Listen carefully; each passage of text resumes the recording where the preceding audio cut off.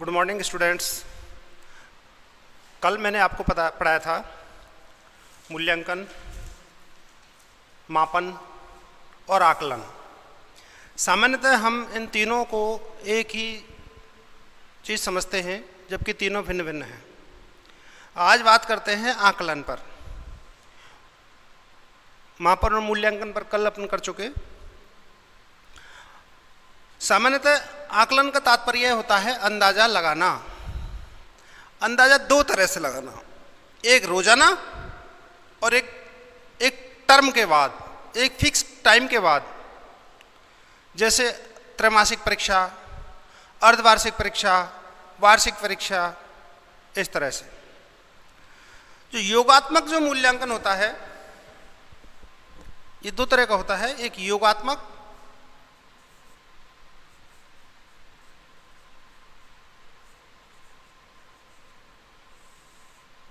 और दूसरा है रचनात्मक या निर्माणात्मक।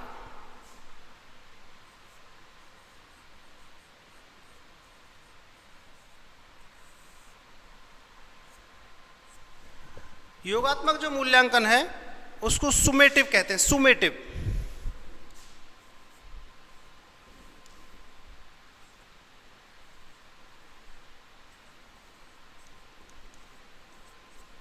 सुमेटिव असेसमेंट, और रचनात्मक को फॉर्मेटिव।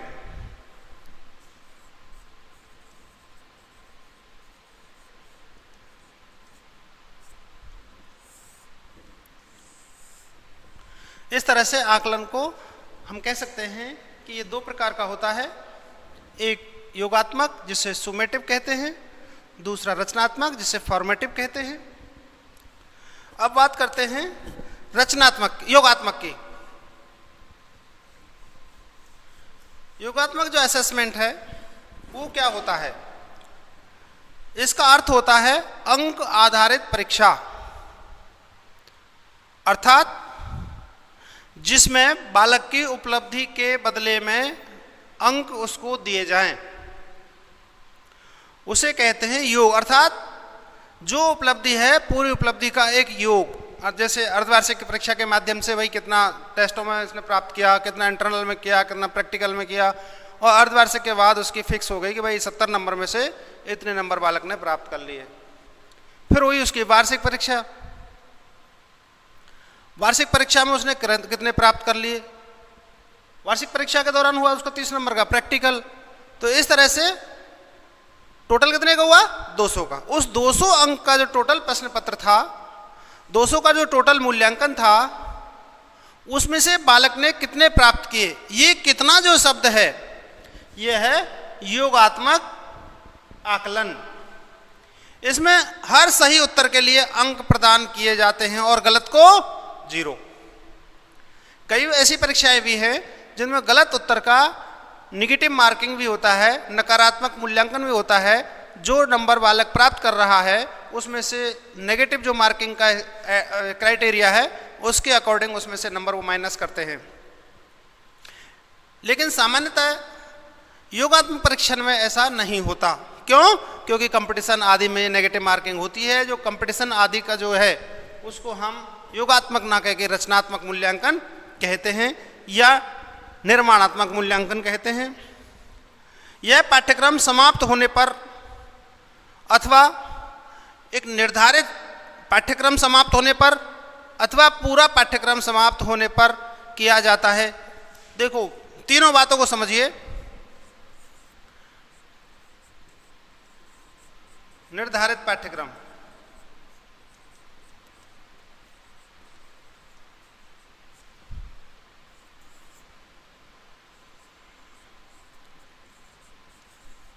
पाठ्यक्रम पूर्ण,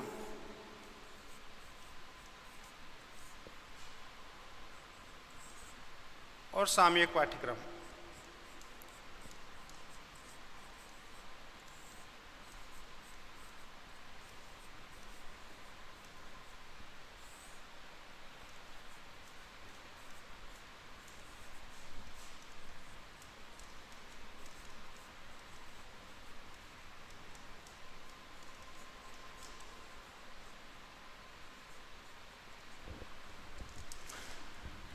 जैसे निर्धारित पाठ्यक्रम से तात्पर्य है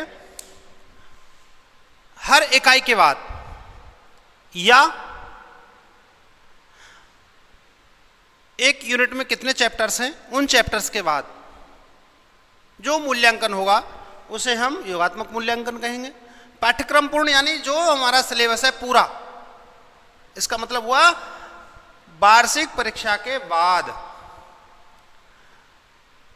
और सामयिक पाठ्यक्रम, इसका तात्पर्य जो टर्मिनल टेस्ट होते हैं 3 10-10 नंबर के, उन टेस्टों में जो अंक प्राप्त करते हैं बालक, वो योगात्मक की श्रेणी में आता है। इसके बाद होता है, इसके बाद होता है और इसके बाद होता है।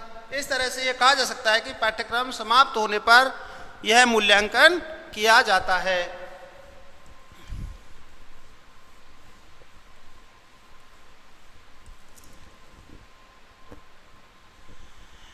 इसमें यह पता चलता है कि उद्देश्यों की प्राप्ति कितने प्रतिशत हुई। हम जो शिक्षण के और उद्देश्य रखते हैं, उन शिक्षण के उद्देश्यों में हमें पता चल जाता है कि हमने जो उद्देश्य निर्धारित किए उनका कितना प्रतिशत हमारे उद्देश्यों की प्राप्ति हुई। अर्थात हम बालक का संपूर्ण मूल्यांकन करते हैं, उस संपूर्ण मूल्यांकन के आधार पर हमें कह सकते हैं कि हमारे उद्देश्यों की प्राप्ति हुई अथवा नहीं हुई, हुई तो कितनी हुई। इससे हमें इस बात का पता लगता है। हालांकि बालक में वृद्धि और विकास के आकलन का कोई पैमाना नहीं होता। विकास को तो हम फिर भी माप सकते हैं, वृद्धि को तो हम फिर भी माप सकते हैं, नाप सकते हैं, तोल सकते हैं, उसका आकलन कर सकते हैं, लेकिन विकास का नहीं। क्यों? क्योंकि यह एक अदृश्य शक्ति है, इसे महसूस किया जा सकता है। इसलिए ये जो आकलन है, ये अवृद्धि और विकास दोनों के लिए उपयुक्त नहीं है। ज़्यादा से ज़्यादा एक समय में प्राप्त उपलब्धि को प्रमाणित करता है। जैसे टेस्ट लिया, साल भर बालक अच्छी तरह नहीं पढ़ा, लेकिन 1 वीक सीरीज लेकर उसने उस 1 वीक सीरीज को रट लिया और उसके अच्छे अंक प्राप्त आ गए, तो इस आकलन के आधार पर हम उसके लिए यह कह सकते हैं अरे बालक बहुत होशियार है, जबकि एक्चुअली उसने रट के वो किया है, समझकर या चिंतन के आधार पर उसने वो उपलब्धि हासिल नहीं की। तो इस तरह से कहा जा सकता है कि एक समय में प्राप्त उपलब्धियों का ही आकलन इसके माध्यम से हो सकता है। कागज कलम आकलन की प्रचलित सर्वाधिक विधि है।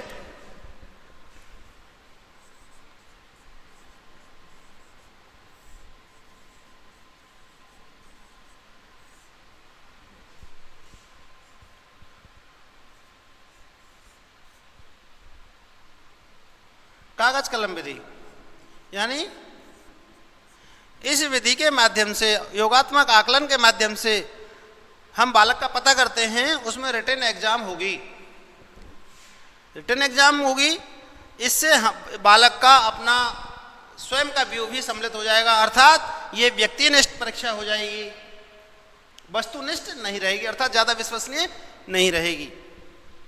लेकिन इसका एक फायदा यह है कि इससे बालक में लेखन क्षमता का पता चलता है, उसकी अशुद्धियों का पता चलता है, उसकी अभिव्यक्ति क्षमता का पता चलता है, उसकी स्पीड का पता चलता है, विषय वस्तु पर उसकी कमांड का पता चलता है। इसलिए ये आकलन, ये नहीं कह सकते कि योगात्मक आकलन फिजूल की ही चीज है, लेकिन इसमें दोष यही है कि ये कागज कलम विधि है जो वर्तमान परिप्रेक्ष्य के अकॉर्डिंग सही नहीं है। आजकल सारा काम ऑनलाइन होने लगा है, कंप्यूटर का युग है, तो डिवाइस के माध्यम से मूल्यांकन होता है।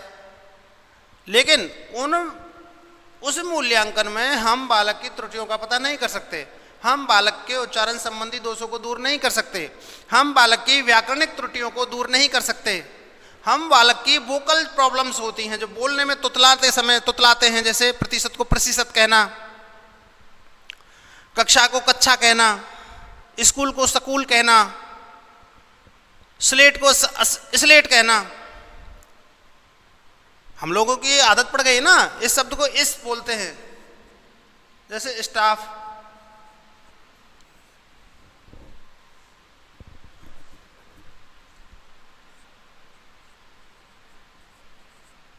लेकिन यहां तो स्टाफ बोल रहे हैं, इस बोल रहे हैं, और यहां स्लेट बोल रहे हैं, ये से बोल रहे हैं। तो ये जो प्रॉब्लम्स हैं वोकल इन प्रॉब्लम्स को हम इस परीक्षा के द्वारा ही दूर कर सकते हैं, इस आकलन के द्वारा ही दूर कर सकते हैं, और जो रचनात्मक आकलन है उसके द्वारा वो संभव नहीं है। बालक के विकास में सिर्फ कागज कलम का सहारा लेना अनुचित एवं अवैज्ञानिक भी है। यानी इसके माध्यम से हम केवल बालक की रटी रटाई चीज़ों को ही देखेंगे, जो सही नहीं है। क्यों? क्योंकि बालक के व्यवहारिक ज्ञान का पता नहीं, बालक ने कितना उसमें से हृदयंगम किया उसका पता नहीं, बालक बोलने में कहीं त्रुटि तो नहीं करता, बालक व्याकरणिक अशुद्धियां तो नहीं करता, बालक लेखन जो क्षमता है उस लेखन क्षमता के उसमें बहुत अच्छी है, लेकिन उसकी हैंडराइटिंग कैसी है, आदि आदि। इस तरह से यह विधि वैज्ञानिक और अनुचित मानी है। अर्थात आकलन संपूर्ण मूल्यांकन नहीं बल्कि मूल्यांकन का एक पार्ट है। इस तरह से ये कह सकते हैं कि यह आकलन संपूर्ण मूल्यांकन न होकर मूल्यांकन का एक पार्ट है। अब बात करते हैं रचनात्मक मूल्यांकन की। Formative assessment.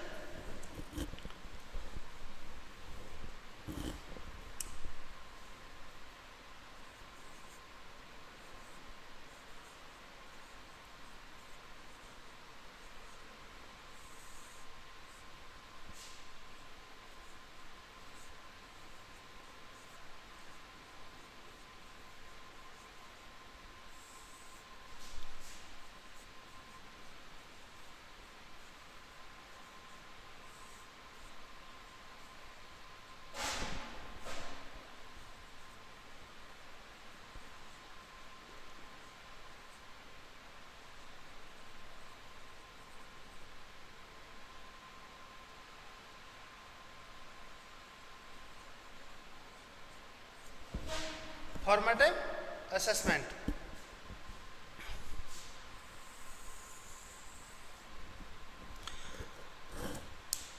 यह निरीक्षण अधिगम प्रक्रिया का अभिन्न अंग है। देखिए इंपॉर्टेंट चीज, यह अधिगम प्रक्रिया का अभिन्न अंग है। इसका मतलब हम इसको रोजाना कर सकते हैं। कब? कक्षा शिक्षण के दौरान, पाठ के विकास के दौरान हम यह आकलन कर सकते हैं। जबकि जो सुमेटिव असेसमेंट था उसको एक टाइम के बाद, एक टाइम मीन्स एक टर्म के बाद, एक या तो टेस्ट के बाद या अर्धवार्षिक परीक्षा के बाद या वार्षिक परीक्षा के बाद, लेकिन ये रोजाना होता है। शिक्षण अधिगम प्रक्रिया का एक अभिन्न अंग है।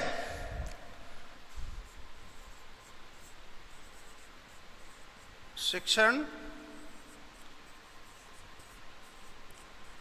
अधिगम प्रक्रिया का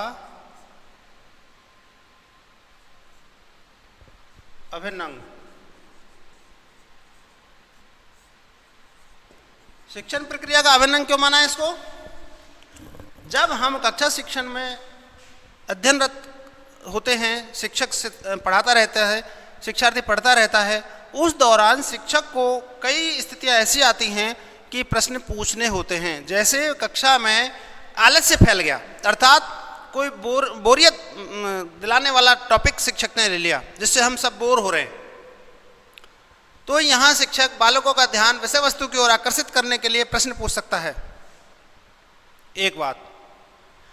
दूसरी बात, शिक्षक जो पढ़ा रहा है वो शिक्षार्थी के मस्तिष्क में बैठी बात अथवा नहीं, वो समझा कि नहीं, इस बात के लिए भी वो पूछता है। उन प्रश्नों को क्या कहते हैं? बोध प्रश्न।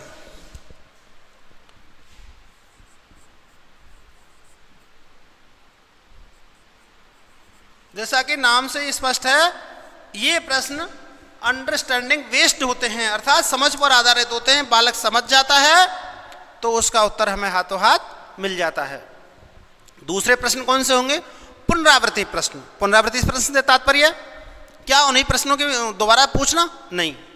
पुनरावृत्ति प्रश्न से तात्पर्य है कि पाठ की पुनरावृत्ति पुनः हो जाए, वो ऐसे प्रश्न पूछे जाए कि पूरा पाठ उन प्रश्नों के अंतर्गत आ जाए। ये नहीं कि एक ही प्रश्न में आ जाए, बल्कि उसके ऐसे छोटे छोटे प्रश्न बनाए जाएं कि कक्षा के अधिकांश बालकों को हम पूछ सकें। शिक्षक ये महसूस करता है कि इन बालकों ने नहीं सीखा होगा, या उनका शिक्षक का ऐसा आकलन है कि ये बालक मध्यम श्रेणी के हैं, ये बालक निम्न श्रेणी के हैं और ये बालक उच्च श्रेणी के हैं, तो निम्न और मध्यम स्तर के जो बालक हैं उन बालकों से हम विभिन्न प्रकार के प्रश्न जो हमारे पाठ पर आधारित है पूछ सकते हैं। इसके बाद चौथी स्टेज क्या है? मूल्यांकन प्रश्न, जो पाठ समाप्ति के बाद हम लपेट फलक पर लिखकर लाते हैं अथवा श्यामपट्ट पर लिखकर बालकों से पूछते हैं। और एक चौथा, देखो एक ही पाठ के 4 मूल्यांकन हो रहे हैं, चौथा कौन सा? गृह कार्य। बालकों को हम गृह कार्य देते हैं, उस गृह कार्य में संपूर्ण पाठ आ जाना चाहिए, जिससे एक बार पाठ की पुनरावृत्ति वहां हो जाएगी। तो इस तरह से पाठ को हमने बालकों से कितनी बार पूछा? 4 बार। 4 बार जब हम बालक से प्रश्न पूछेंगे तो कितना ही डल से डल बालक हो, वो बालक भी ऑटोमेटिकली ग्रोथ करने लगेगा, उसका अचीवमेंट लेवल बहुत बढ़ेगा। तो ये जो मूल्यांकन है ये इसीलिए शिक्षण में रखा गया है, इसीलिए इसको शिक्षण अधिगम प्रक्रिया का अभिन्न अंग माना गया है कि शिक्षण के दौरान ही इसका प्रयोग हम करते हैं। इसलिए रचनात्मक या निर्माणात्मक जो आकलन है वो सबसे श्रेष्ठ माना गया है।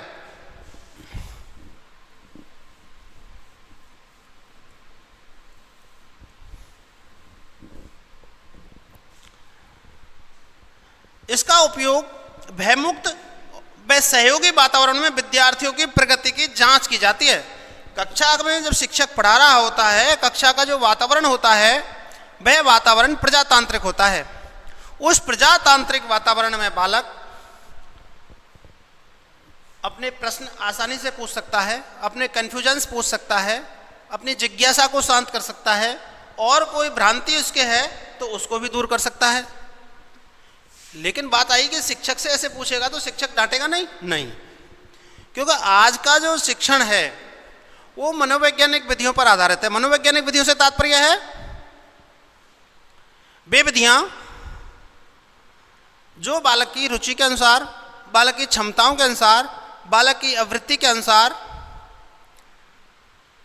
बालक के मेंटल लेवल के अनुसार, बालक के कक्षा स्तर को ध्यान में रखते हुए, बालक के सिलेबस को ध्यान में रखते हुए चयन की जाती हैं।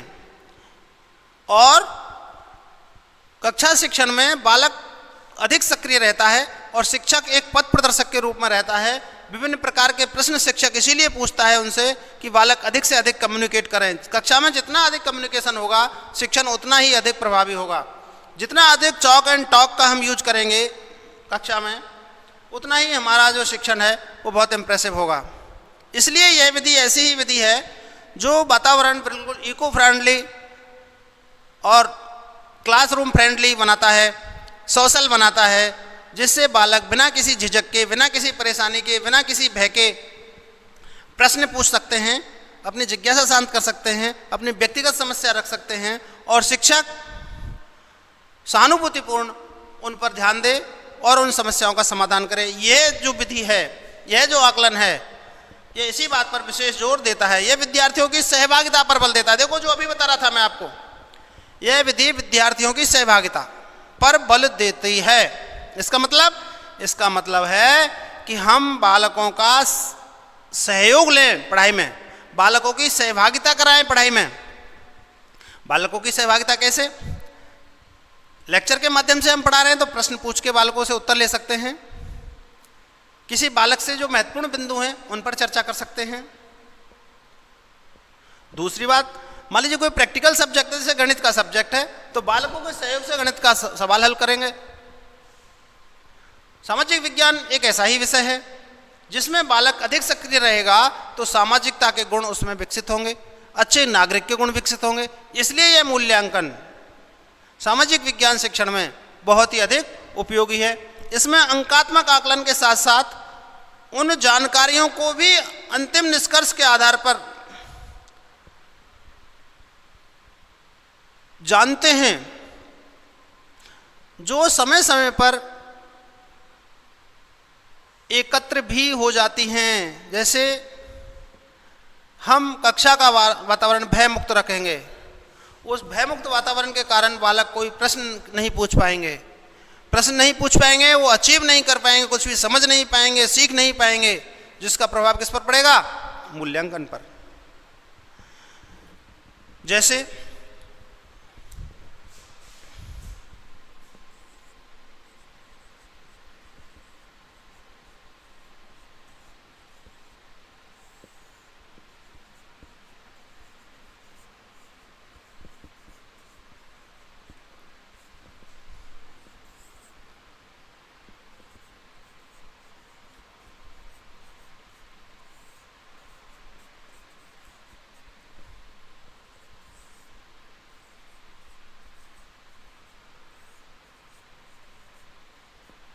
चीजों पर यह मूल्यांकन ध्यान बहुत देता है।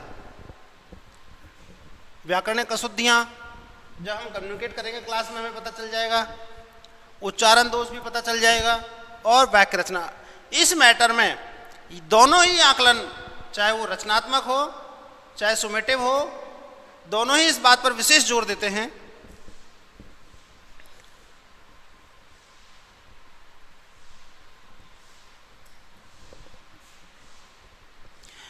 यह प्रत्यक्ष व त्वरित होता है। देखिए कितनी इसकी खासियत है।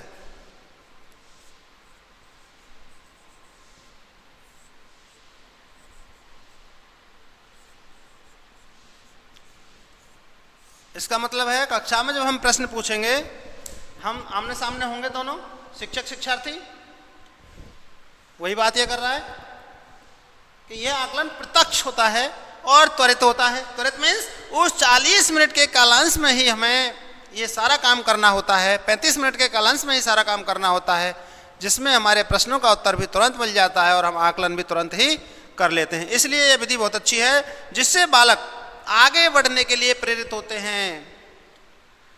बालक के किसी भी प्रश्न का उत्तर या किसी भी कंफ्यूजन को आप तुरंत सॉल्व कीजिए, बालक आगे बढ़ने के लिए प्रेरित, अर्थात वो फीडबैक का काम करेगा, एक पुरस्कार का काम करेगा। आप लोगों ने जब माइक्रो टीचिंग की थी उसमें एक पुनर्वलन कौशल था।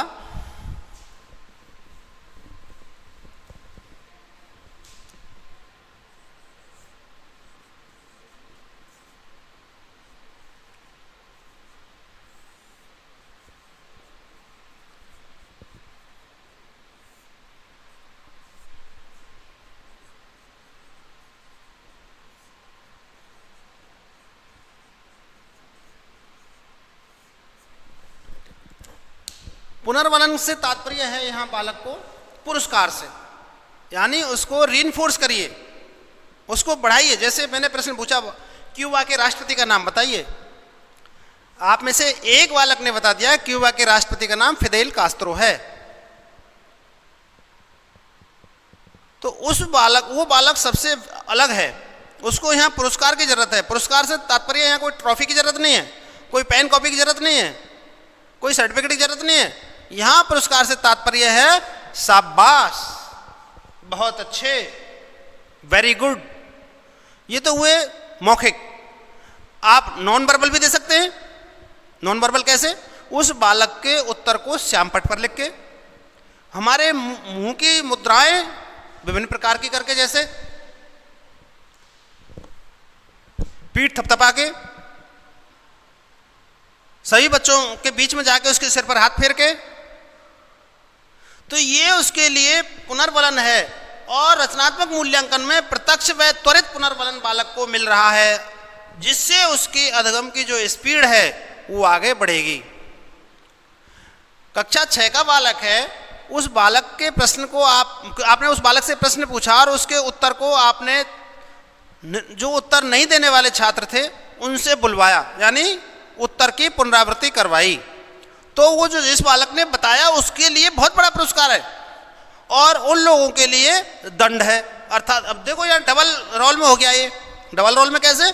जिसने उत्तर बताया है उसको पुरस्कार मिल गया, तो उसकी स्पीड प्रश्न बताने की, पढ़ने की बढ़ गई। जिन्होंने नहीं बताया उनसे उसके उत्तर को रिपीट करवाया, जिससे उनके मन में ये हुआ कि हम भी पढ़ेंगे, कल हमारे उत्तर को दूसरों से बुलवाया जाएगा। तो इस तरह से यह जो आकलन है यह त्वरित व प्रत्यक्ष है, जो पुनर्वलन कौशल पर आधारित है।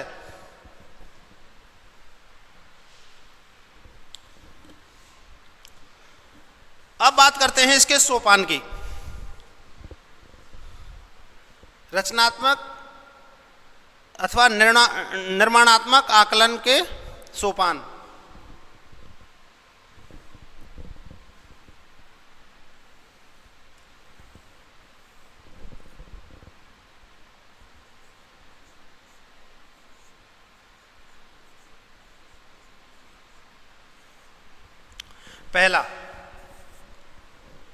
पहला है विषय वस्तु का विश्लेषण।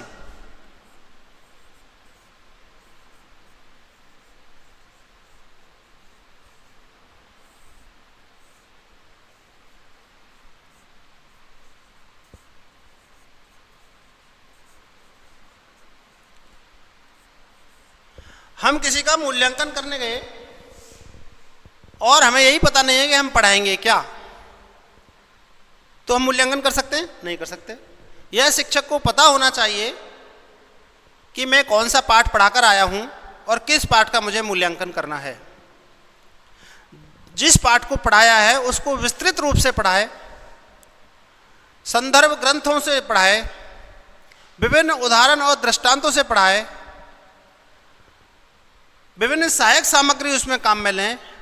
ऐसा जब हम करते हैं तो हमारे बालक जल्दी सीखते हैं। इसलिए हमें विषय वस्तु के विश्लेषण सबसे पहले बालकों के सामने करना चाहिए, ताकि बालक उसका गहन अध्ययन कर सके, गहन समझ उनमें पैदा हो सके, चिंतन क्षमता उनमें पैदा हो सके, तभी वो सही उत्तर दे पाएंगे। पहला। दूसरा, छात्रों के व्यवहारों की विशिष्टता।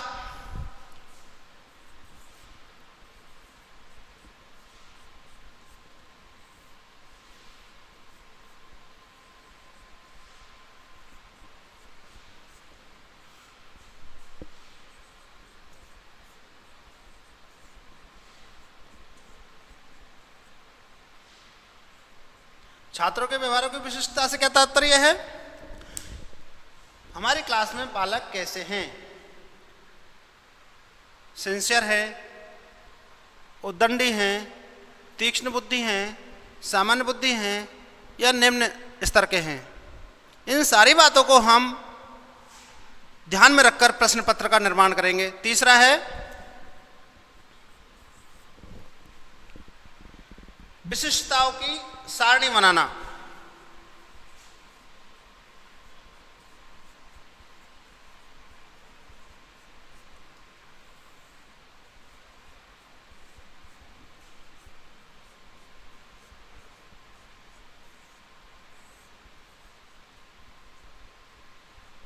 विशिष्टताओं की सारणी से क्या तात्पर्य है? यहां विशिष्टताओं की सारणी से तात्पर्य है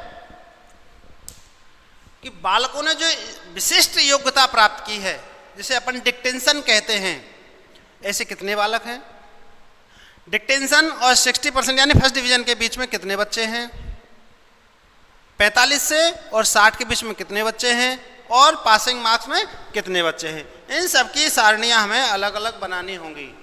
ऐसा क्यों करते हैं? क्योंकि अगली कक्षा में जब बालक प्रमोट होगा या अगले टॉपिक पढ़ने के लिए जब बालक जाएगा तो हमें उसकी संपूर्ण जानकारी रहेगी। इसलिए उसके ग्रुप में हम ऐसे ही बालकों को रखेंगे ताकि वो सभी बालक एक साथ आगे बढ़ सकें।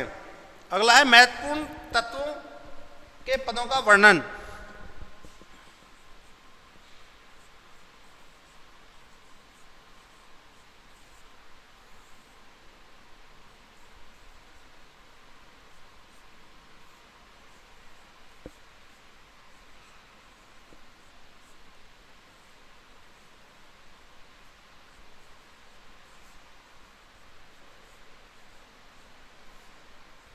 इसका तात्पर्य है जो पाठ के महत्वपूर्ण पद हैं उनको भी हमें इसमें स्थान देना पड़ेगा मूल्यांकन में, ताकि बालक उन महत्वपूर्ण पदों को ध्यान रखे।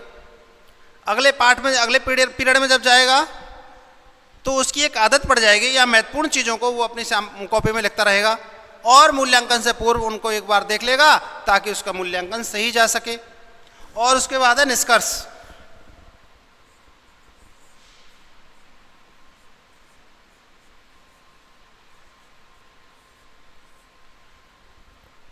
कई विद्यालयों में ये देखने में आया है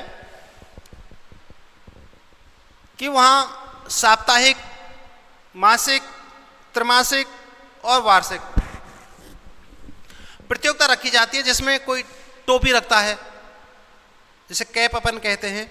जो कक्षा में एक कालांश में टॉप आएगा वो पूरे कालांश उस कैप को पहनेगा। कई बार साप्ताहिक टेस्ट में ऐसा होता है कि जो बालक जिस सप्ताह में टॉप आएगा वो सप्ताह भर उस कैप को पहनेगा। वो बड़े गर्व की बात है। वो सभी बालकों के सामने उसे पहन के बड़ा खुश होगा और अपने आप को ये शो करेगा कि मैं बहुत इंटेलिजेंट हूँ। उसका नुकसान और फायदा क्या है? नुकसान तो सिर्फ एक है कि बालकों में अहम भाव आ सकता है, और फायदे कितने हैं कि एक टोपी, एक कैप और 60 बच्चों की क्लास उस कैप के लिए 60 बच्चे कंपटीशन में हैं, तो वो 60 बच्चे मेहनत करेंगे। इसलिए हम निष्कर्ष जब निकालते हैं तो उन निष्कर्षों के आधार पर हमें प्रथम स्थान, द्वितीय स्थान, तृतीय स्थान निकालने चाहिए। और यह आकलन ऐसा ही करता है, ऐसा ही करने के लिए प्रेरित करता है। इसलिए रचनात्मक आकलन को मूल्यांकन की श्रेणी में सर्वश्रेष्ठ माना गया है। ठीक है, अब बात करते हैं निर्माणात्मक मूल्यांकन और योगात्मक मूल्यांकन में अंतर नेक्स्ट कालांश में। Thank you.